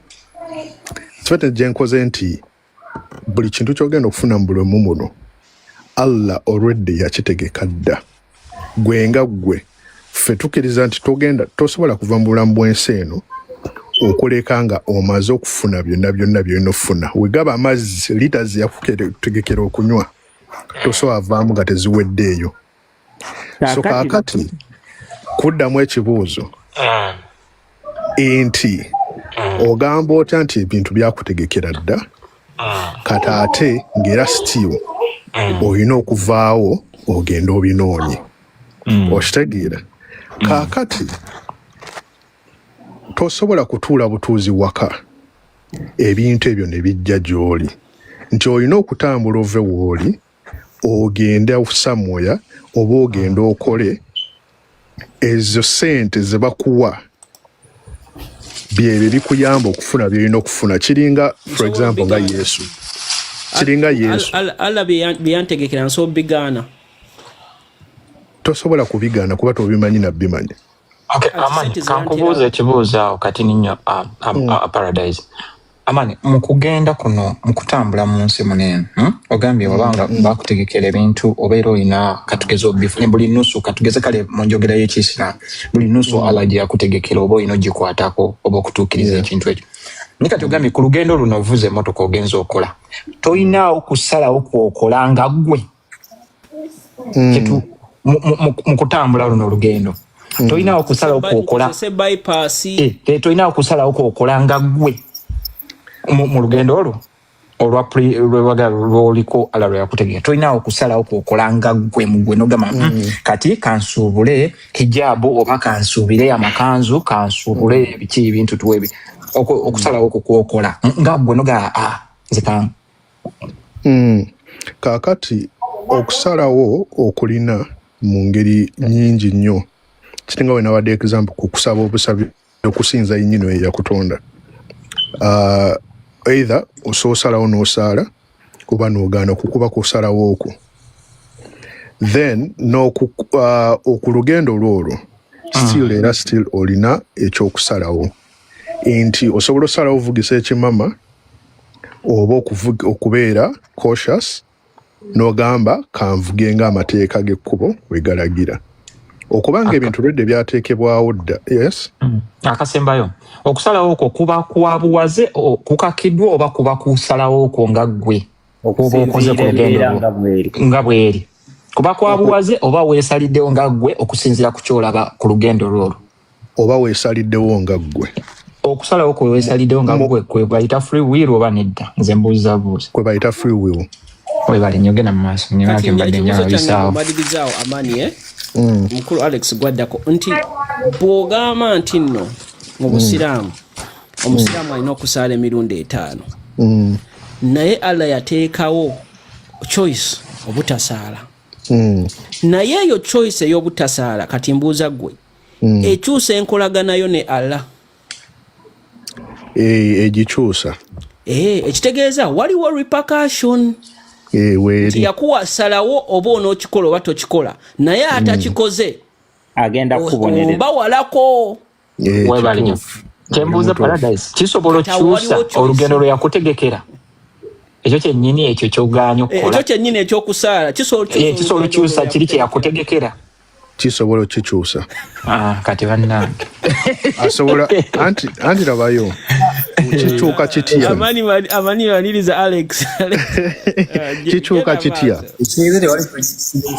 no labayo ebeerawo but nga ugambye kubanga ati osobola okukyusa destiny then that means predestination is not possible anti labayo si gwagikyusa as a person it's not you that changes naye gwabasazi nedda labayo tuziganye bannange through prayer mtikangeze Allah yakuwandikako obwavu gwe nti amani bamuwandikako obwavu through prayer and doing good in the world Allah kennyini yenga omuntu asosalawo n'akukyusiza okitegeera but nze sirina maanyi gakyusa kiringa wonaabeera nti oli waka ne bazadde bo muzaddewo nga yagamba ku kiraamu paradise ono tasobola talinaako migabo gyange naye gye mugenda nga muwangala n'alaba changes nagamba paradise ono nno saamulaba saasooka mulaba mulamwa naye okusinziira alabika asobola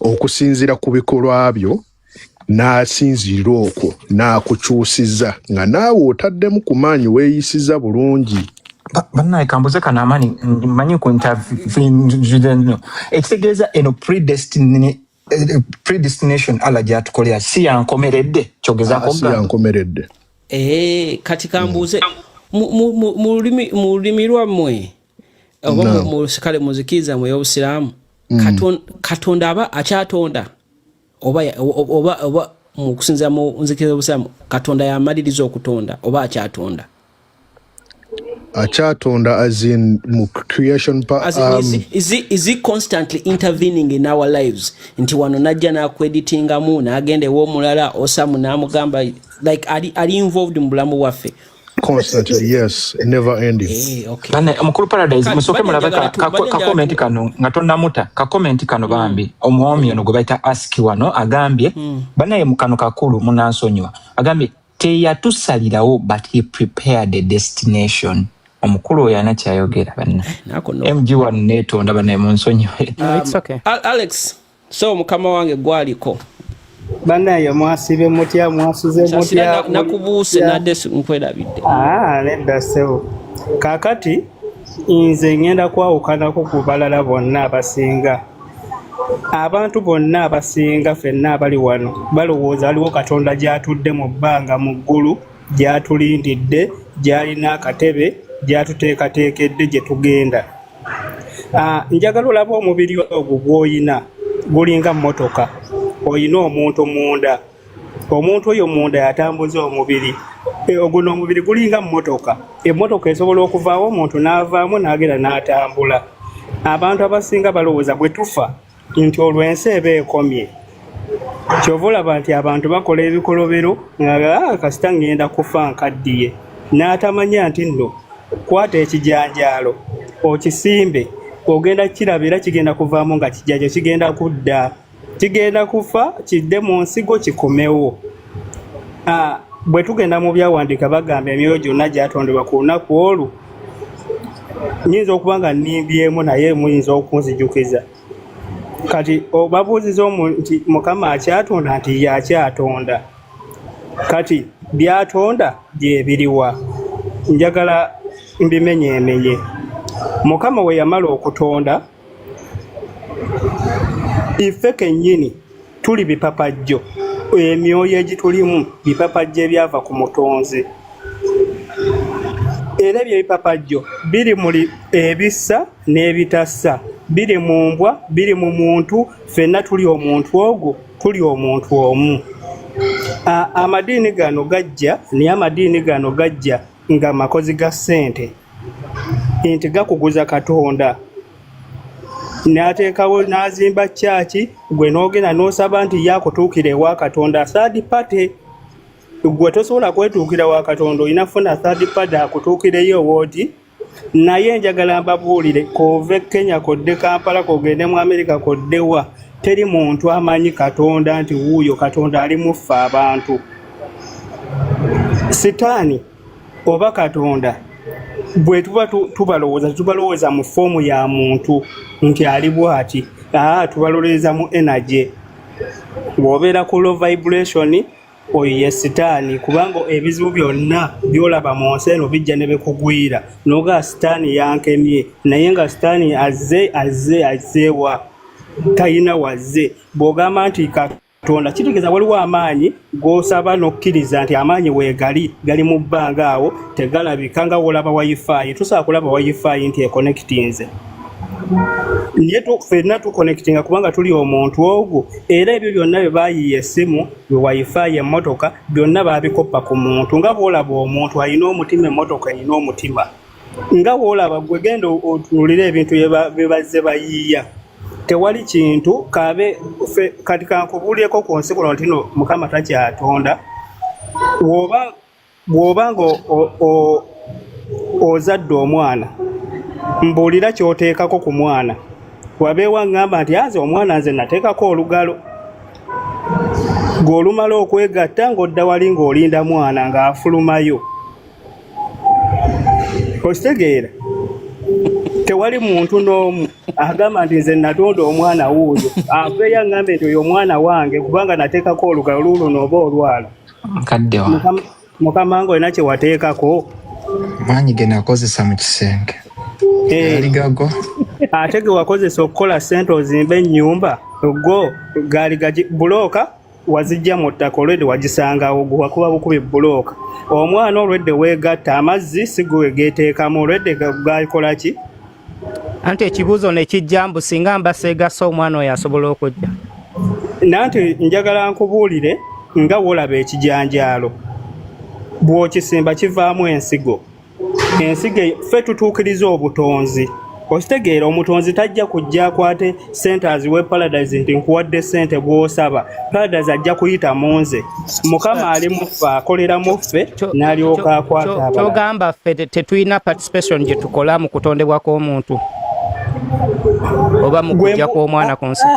Soko bw'okwata omuti n'ogusimba oba ogutonze mbangusimbye ekyo kyekyakuleesa kuyambako ku butonzi.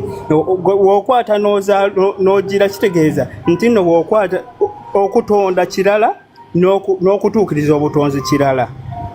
Okitegeera bw'okwata omuyembe n'ogukamulamu juice gwoba ogutonze. Genda maaso so kitegeeza bw'ozaalibwa naawe n'ozaala kijja kuwa ebbeetu okukola ki okusimba ensigo erijja mu maaso kubanga gwe olina DNA eyo ne wooba ofudde DNA eyo era oliddiramu kubanga ffe abantu tetufa nga bwe nkugambye nti guno omubiri obwedda mwebuuza nti bwe tufa abasinga balowooza nti bwe tufa biba bikomye bwe tufa bannaye biba tebikomye. Njagala owanika omukono. Bw'ona owanika omukono nja kubuuza ani agambye wanika omukono ojja kuŋŋamba nti nze naye waliyo omuntu oyo munda agambye wanika omukono. Guno omubiri gutuyambako okufiiringa okuwulira obulumi okukwata naye nga teguyina Alex wumba tuwuliriza okuva eri MG1. Kyonyonyola kiteeke ku predestination free will wakati nze ndabika mbuze nganze presidential debate etandise njagala kufuna context eyo mu predestination ne free will. Free will igwe ng'omuntu olimu katonda nga bwe nagambye free will gwe katonda ali muffe abantu ali mu bintu ebisa n'ebitassa kitegeeza nti muggulu taliyo ate eggulu liriwa eggulu lirimu ggwe ne Yesu yagamba abalyetowazanga abaana abato balina amaaso naye tebalaba mu Bible Yesu yagamba yaddayo mu ggulu obwakabaka bwa Katonda buli mu ki yagamba ati agenda osome Bible buli mu ki genda maaso tudde mu Bible abasaba tuyinza okuba nga twebuzaabuza yagamba obwakabaka bwa Katonda buli mu ffe abantu alyetowazanga omwana omuto yaliraba obwakabaka bwa Katonda nimbye tolimbye so okay kankubuulireko ffenna okumanya nti tuli connected Daniel baamusuula mu mpologoma ewataali mu gundi tezaamulya lwaki buli wodda mu mwoyo n'omanya nti nno kino ekintu tukola omubiri gumu tezisobola kuluma embwa esobola okukuluma ng'otidde oba osooka kutya n'odduka kubanga buli wootya olina amasannyalaze agavaako agalaga kiri ekisolo nti oli wa bulabe lwakuba nti gwe amaanyi ago tosagalaba ate ekisolo kisobola kuba nti tekyogera omwana asobola okubeerawo n'agamba taata ono anyiize naye nga tayogera naye n'ategeera engeri gy'omuyisaamu n'ategeera nti onyiize lwaki nti tuli omuntu omu Katonda ali mu ffe ali mu bintu ebitassa so free will Katonda ali mu ffe mwayita bw'osaba nti njagala ssente togenda wa paradise nti nsabira Katonda Katonda ajja kuyita mu paradise akuwe ssente ogambe Mukama nnyambye Mukama ssebo yali azzeeko ewuwo n'akwata ssente n'azikuwa oba wasaba n'olinda ekyo kyokka nga tonagamba nti nnyina free will ekyo kyokka kyoba oŋŋamba nti nze bwe nasaba ssente oli mubulizi wa njiri siri mubulizi wa njiri naye nkyayira ddala omuntu agamba nti third party ayina free will nti third party oba Yesu ali wali nti jangu nkutuuseeyo oba Mukama nga wagundi wagambye nti Allah gyali eyo ayina watudde akatebe ke atulinze bane oba muntegedde mukulu Alexander kirungi nnyo nti owandowoozayo naye endowooza yo esobola okubaganyizibwako ebirowoozo nnyo erimu okukonta n'okusinziira ku nze okubajjukiza abashipping ebintu okuva mu US nga bigenda Uganda kozesa Crane Cargo www.cranecargo.com oba kubire ku simu yaabwe +781 288 2048 nawe oba oli Uganda nga weetaaga emmotoka aba Crane Cargo kozesa discount code paradise basobola okuwa discount yo nali Uganda nga weetaaga emmotoka ekutambuza oba weetaaga self drive oba driver jangu mu inbox yaffe tulina emmotoka empya n'enkadde za self drive neziriko ba driver tugenda kumaliriza omulamwa gwa leero because presidential debate mu ggwanga Uganda yasimbudde dda omukategeddaako so tuba tulina okubeera ba patriots abagazi b'eggwanga tugende tulabe ebigenda maaso batuteeseze bulungi ngenda wa buli omu about 2 minutes buli omu akole final submission ye musobola okutuna ku screen yange n'olabe obutikiti bw'obusigaddeyo tumalirize nja kutandika naawe 2 minutes ziba nnyingi ola 1 minute Paradise mbadde nkusaba ate ndoza gwe gitayiming paradise naye nze mbadde nkusaba topic eno tetuyinako we tugituuse if we can revisit it again another time topic za TikTok tezikoma aye teriyo topic gyosobola kuteesaako waliwo abuuziza where can we watch the debate eno topic olugwa nteekako debate wano wennyini wetuli tuvaako debate egenda kusanga wano kansiibule lindako nga tonnasiibula togenda kusamarizinga mu dakiika ngenda kuwa eddakiika emu kale gamba musooke engeri gyagenda idoza ka summarizing paradise then nze nzireko ku screen eddakiika etandise genda maaso eddakiika yange etandise nze mbagamba nti ffenna Katonda ali mu ffe if you focus on problems era ogenda funa problems, bw'ofokasinga mu buwanguzi era ogenda funa buwanguzi. Abalowooza nti Katonda alina gy'atudde akatebe kali awo akulinze, nedda ssebo. Kola ebintu ng'omanyi nti nno buli kyokola kikuwandiikibwako era bw'onookomawo ojja tuukira ku ekyo. Ekyo abantu kye bagamba nti nno nkiyite ntya, nkyerabidde engeri gy'okiyitamu, naye nga ebintu by'okola ne bw'oliba ofudde byesevinga. Ekyo kye njagala obbagamba, teri Katonda ali mu ffe, ate guno omubiri gutuyambako fiiringa, okutaakinga, naye ffenna tulina so, spirit ne body.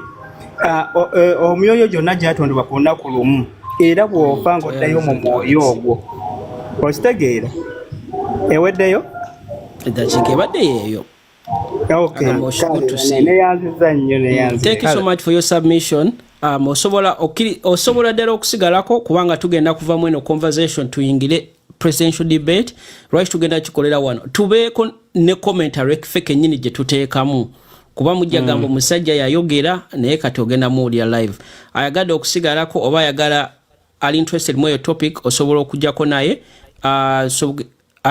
MG1 kankweda kiikayo. Yeah. Zino kangu bake. Yeah, tandise. Yes. Nze.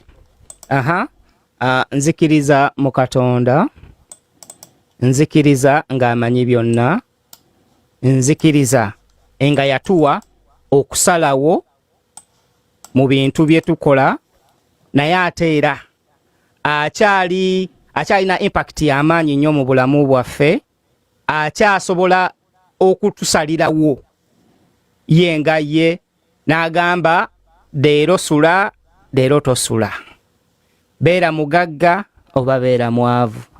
Agamaanyi akyagalina tegamuvangako, waddenga naffe yatugabirako ku maanyi, actually yatugabirako bugabizi ku kaposhoni katono. So nzikiriza mweyo concept, era nzikiririza ne mu concept endala egamba nti 100% buli kimu ekituliko tetukiinaako kusalawo kwakyo, nti buli kimu ekibeerawo bwe kiba kirina okubeera okusooka leero emirembe n'emirembe, amiina. Bw'oba oli mwavu wali olina kubeera mwavu, bw'ofa ng'oli muto wali olina okufa ng'oli muto. Tugeze nze ndi muyimbi, nali nina kubeera muyimbi. So nze bwentyo bwe nzikiriza, enzikiriza zombi nzitambuliramu okusinzira mu mbeera gye mbeera ndimu. Ngamba kati wano kirabika, wano kati nze akituddemu, ate waliwo ekituuka ne ngamba kati wano kirabika Katonda yakoze eki, yansaliddewo. So nze mu bufunze bwentyo bwe nzikiriza. Tweyansiza nnyo ssebo. Mr. Toria, would you like to give your final words? Yeah. Topic eno tugiveeko, genda maaso gwaliko. Okay. Kakati nze ku topic sina side, naye nze nzikiriza nti buli kimu kiri 50-50. Ng'Abaganda bwe bagamba nti lubaala embeera nga n'embiro kw'otadde. Katonda akuwa naye naawe you have a choice ku kiki olina okukola. So ze ne 1 minute sigimazeeyo naye bwentyo bwe ngambye. Tweyansiza nnyo mukulu Harold. Mumpulira. Tukulya bulungi ssebo. Okay. My submission is that you cannot have both free will and predestination. When you go predestination, you forget free will. When you go free will, you forget predestination.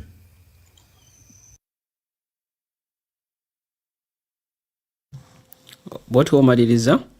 That's my submission. Because free will means that it means that you're not.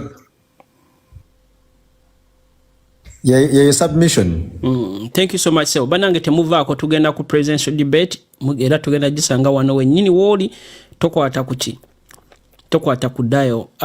Amani, your final word mu dakiika emu etandise. Yeah, neyanziza kakati my final remarks ku nsonga eyo. And I believe in both predestination and free will, because when our example we kijja kukusinza oba mu kusaala mufumufu abasiraamu, Allah yatuwa choice either osaale oba tusaale, but nga omanyi nti wotasaala there are repercussions to it. Predestination nga bwe nagambye nti already ayina byakutegekera, tikangeza omuntu yakutegekera kuba mwavu mu nsi, but through your actions gwe ng'omuntu character yo kweyisa bulungi mu bantu na biki, nga amanya nti paradise ono we muwe emitwalo 2, omutwalo ogumu asobola oguteeka mu charity, ayinza kuyisiza okwo n'akwongera, so byombi mu bulamu mwebiri, byombi mwebiri. That's my those are my remarks, and thank you for adding me on to the panel. Tuyanziza nnyo ssebo. Mono clono obadde ogenda kuwa kweno topic oba wetegekera debate ssebo oba nyabo?